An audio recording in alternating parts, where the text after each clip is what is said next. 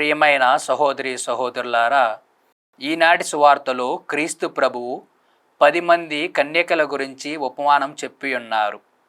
అలానే మన తల్లి శ్రీసభ ఈ దినాన వేదాంత పండితుడు, పునీతుడు అయిన అగస్తీను గారి సంస్మరణను జరుపుకుంటున్నాము.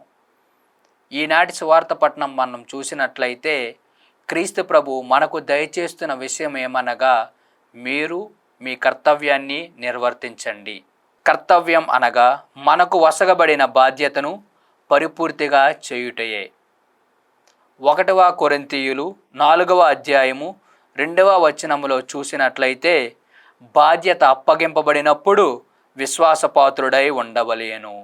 ఈనాటి సువార్తలో క్రీస్తు ప్రభువు పెండ్లి విందులో 10 మంది కన్యలకు ఆహ్వానం ఇయ్యగా, వారికి స్వాగతం ఇయ్యడానికి కాగడాలతో పెండ్లి కుమారుడిని విందులో పాల్గొనడానికి ఆహ్వానం అందింది.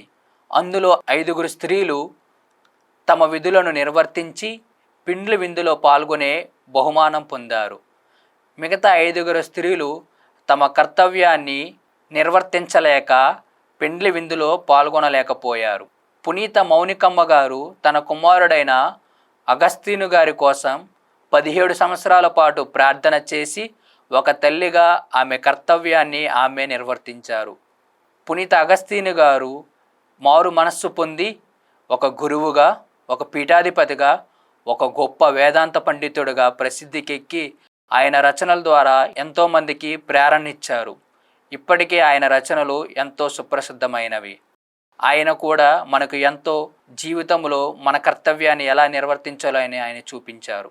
క్రీస్తుని విశ్వాసులమైన మనము ఈ దినాన క్రీస్తు ప్రభు మనకు చూపిస్తున్న కర్తవ్యాన్ని నిర్వర్తించగలుగుతున్నామా అని ఆలోచిద్దాం. ఒక తల్లిదండ్రులుగా, భార్యాభర్తలుగా, ఒక మనవడు మనవరాళ్ళగా ఉంటున్న మనము మనకు దేవుడిచ్చిన కర్తవ్యాన్ని మనము నిర్వర్తించగలుగుతున్నామా? ఒక గురువుగా, ఒక బ్రదర్గా, ఒక ఉపదేశకుడిగా, ఒక కన్యాస్త్రీగా ఉన్న మీరు నేను మన కర్తవ్యాలను మనము నిర్వర్తించగలుగుతున్నామా?